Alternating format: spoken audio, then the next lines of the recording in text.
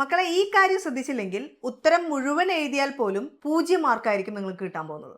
ഉത്തരം മുഴുവൻ എഴുതിയിട്ടും correct question number ഇട്ടിട്ടും നിങ്ങൾക്ക് മാർക്ക് കിട്ടിയില്ല. ഇനി അങ്ങനെ സംഭവിക്കാൻ പോവുകയാണ്. CBSE കഴിഞ്ഞ ദിവസം പുതിയ നോട്ടിഫിക്കേഷൻ ഇറക്കി. സയൻസ് എന്ന് പറയുമ്പോൾ അതിൽ ബയോളജി, കെമിസ്ട്രി, ഫിസിക്സ് അങ്ങനെ 3 സബ്ജക്റ്റ് ഉണ്ട്. സോഷ്യൽ സയൻസ് എന്ന് പറയുമ്പോൾ അതിൽ 4 സബ്ജക്ട്സ് ഇൻക്ലൂഡഡ് ആണ്. Economics, geography, politics, history. So ഈ 4 സബ്ജക്റ്റും 4 സെക്ഷൻ ആയിട്ടാണ് ക്വസ്റ്റ്യൻ പേപ്പർ പുതിയത് വരുന്നത്. പുതിയ ക്വസ്റ്റ്യൻ പേപ്പർ നമ്മൾ കണ്ടു. ഓരോ സെക്ഷനിലും ഓരോ സബ്ജക്ട് എന്ന രീതിയിലാണ് പോകുന്നത്. അപ്പൊ സയൻസിലേക്ക് വരുമ്പോൾ ബയോളജി ആദ്യം, കെമിസ്ട്രി പിന്നെ ഫിസിക്സ്, ഇങ്ങനെയാണ് വരുന്നത്. അപ്പൊ section A biology, section B chemistry, section C physics. ഈ ഓരോ സെക്ഷനും ഇടകലർത്തി എഴുതിക്കൂടാ.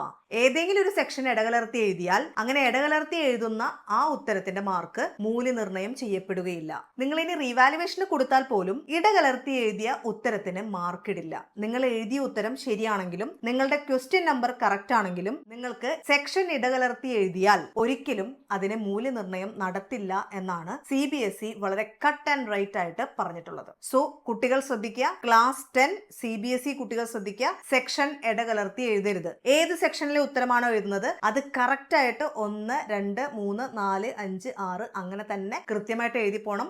അത് ഇടകലർത്തി എഴുതരുത്. ഒരു സെക്ഷന്റെ ഉത്തരം അടുത്ത സെക്ഷനിൽ എഴുതാനും പാടില്ല. ആദ്യം തന്നെ ആൻസർ പേപ്പറിനെ സയൻസ് ആണെങ്കിൽ 3 ആയിട്ട് ഡിവൈഡ് ചെയ്യുക. A section, B section, C section. കൃത്യമായിട്ട് ഓരോ സെക്ഷനിലുള്ള ഉത്തരം കൃത്യമായിട്ട് എഴുതിയിരിക്കണം. അതുപോലെ തന്നെ സോഷ്യലിലും 4 സെക്ഷൻ ഉണ്ട്.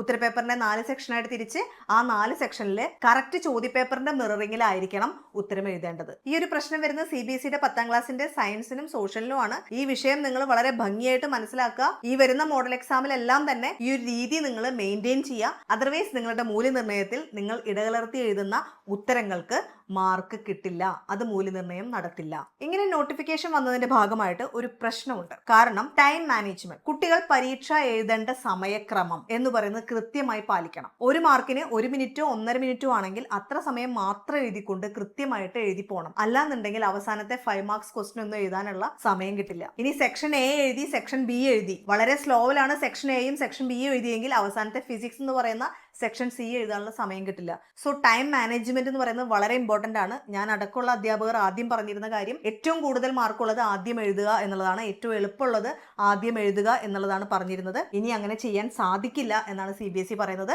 നിങ്ങൾ എല്ലാവരും ശ്രദ്ധിക്കുക. നിങ്ങളുടെ മാർക്ക് ഒരു രീതിയിൽ നഷ്ടപ്പെട്ടു പോകരുത്. ശ്രദ്ധയോടെ പരീക്ഷ എഴുതുക. ഇനി ഈ വിവരം ഇപ്പോഴും അറിയാത്ത നിങ്ങളുടെ കൂട്ടുകാരുണ്ടെങ്കിൽ ഈ വീഡിയോ ഷെയർ ചെയ്ത് കൊടുക്കുക. എല്ലാവരും കൃത്യമായിട്ട് പരീക്ഷ എഴുതട്ടെ.